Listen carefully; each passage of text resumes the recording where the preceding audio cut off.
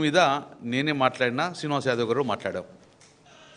ప్రతి సమావేశంలో మా stand clear, BRS party stand clear.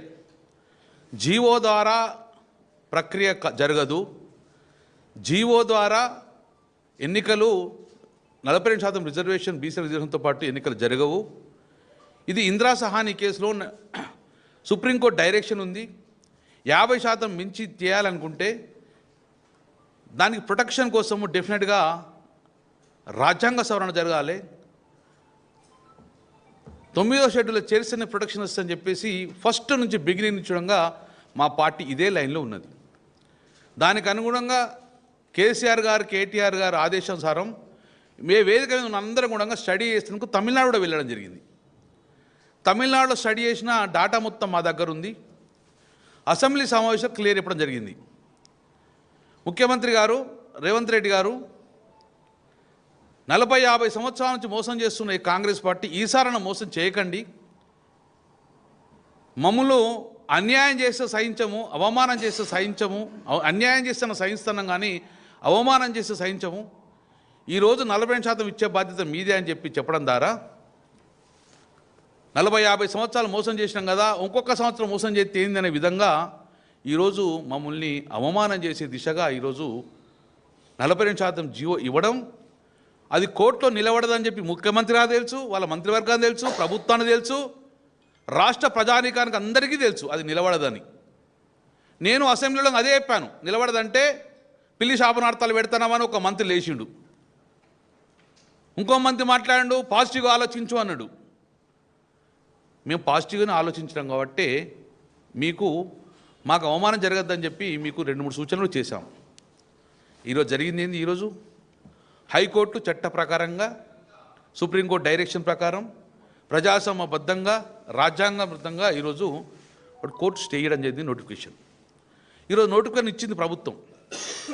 31 జిల్లా పరిషత్కు 13 బీసీలకు కేటాయించింది. 565 ఎంపీపీలకు 40% కేటాయించింది. జియో ఈరోజు నోటిఫికేషన్ ఇచ్చింది మాకు మొన్న.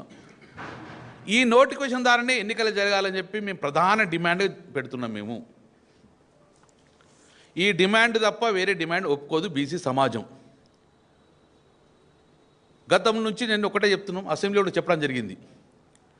తమిళనాడు తరహాలో సక్సెస్ అయ్యారు, 69% రిజర్వేషన్ తీసుకున్నారు. బీహార్ తరహాలో, మహారాష్ట్ర తరహాలో వేస్తే ఫెయిల్ అయినాము. బీహారు మహారాష్ట్ర చేసిన తప్పులు చేయొద్దు, తమిళనాడు చేసిన ప్రకారం వెళ్దాము అని చెప్పడం జరిగింది. కానీ ఏ రోజు కూడా మా మాట చేయబట్లే, ఎట్లా అయ్యామని వాళ్ళకి తెలుసు కాబట్టి జీవో ఇవ్వడం జరిగింది. నేను ముఖ్యమంత్రి గారికి 4 సూటిగా ప్రశ్నలు అడుగుతున్నా. ఒకటి, మీరు ముఖ్యమంత్రి గారు ఢిల్లీలో ఉన్నప్పుడు ఏమన్నారు? ధర్నా చేసినప్పుడు ఇక ఇది అయ్యేటట్లేదు, కాయేటట్లేదు, రాహుల్ గాంధీ ప్రధానమంత్రి అయినాకనే ఈ రిజర్వేషన్ ప్రక్రియ చేస్తామని చెప్పేసి మీరు హైదరాబాద్ రావడం జరిగింది. రాగానే జీవో ఇచ్చిండ్రు. నేను అడుగుతున్నా, రాహుల్ గాంధీ ప్రధానమంత్రి అయిందా? నువ్వు ఎట్లా జీవో ఇచ్చినావు?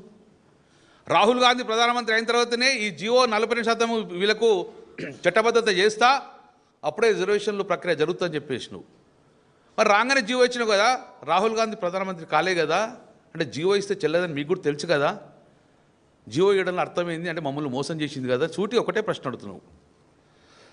రెండో ప్రశ్న, మళ్ళీ చిట్చాట్లో మాట్లాడారు రేవంత్ రెడ్డి గారు. ఏమని మాట్లాడారు? స్థానిక సంస్థలలో బీసీకి రిజర్వేషన్ రావాలంటే అది సుప్రీంకోర్టుతో కొట్లాడవలసి వస్తుంది, ఇది కొట్లాడిన తర్వాతనే సుప్రీంకోర్టు సాధించిన తర్వాతనే 42% బీసీ రిజర్వేషన్ నేను చట్టబద్ధత కల్పిస్తా అని చెప్పేసి ఢిల్లీలో చిట్చాట్లో చెప్పడం జరిగింది. పెద్ద హెడ్లైన్స్ రావడం జరిగింది. ఆ రోజు రాత్రే హైదరాబాద్ వచ్చారు, తెల్లారే మీరు జీవో వేయడం జరిగింది.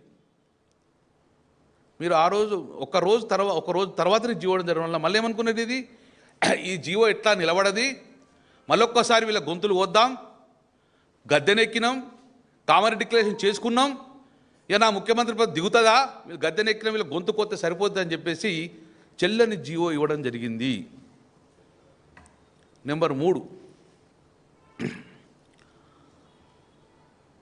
తమిళనాడు తరహాలో రిజర్వేషన్ల కోసము ఆ రోజు కూడా సేమ్ ఇలాగే 2-3 సార్లు జీవో ఇవ్వడం వలన కోర్టులు కొట్టేసినప్పుడు జయలలిత గారు మళ్ళీ నేను సూటిగా ప్రజానికి చెప్తున్నాను, జయలలిత గారు ఆ రోజులంగా ఆలోచించి ఈ జీవోల ద్వారా కొట్టేస్తుంది, రాష్ట్ర ప్రభుత్వానికి అధికారం లేదు, ఈరోజు సుప్రీంకోర్టు డైరెక్షన్ ఉన్నది, జడ్జిమెంట్ ఉన్నది, కాబట్టి దీనికి ఎక్కడైతే మందు ఉన్నదో ఆ మందే కనుక్కుందని చెప్పేసి 1992లో మొత్తం అసెంబ్లీలో ఉన్న ఎమ్మెల్యేలు అందరినీ తీసుకొని జయలలిత ముఖ్యమంత్రి గారు, ఆమె టైపు రైటరు, ఆమె వంట మనిషి, ఆమె కూర్చునే సీటు, ఆమె పిఏలు దఫ్తర్లు మొత్తం తీసుకొని ఢిల్లీలో కూర్చుంది. ఎవరితోటి?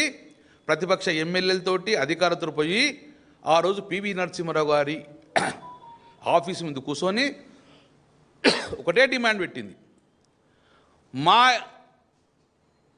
అసెంబ్లీలో తీర్మానం చేసుకున్నాము న్యాయ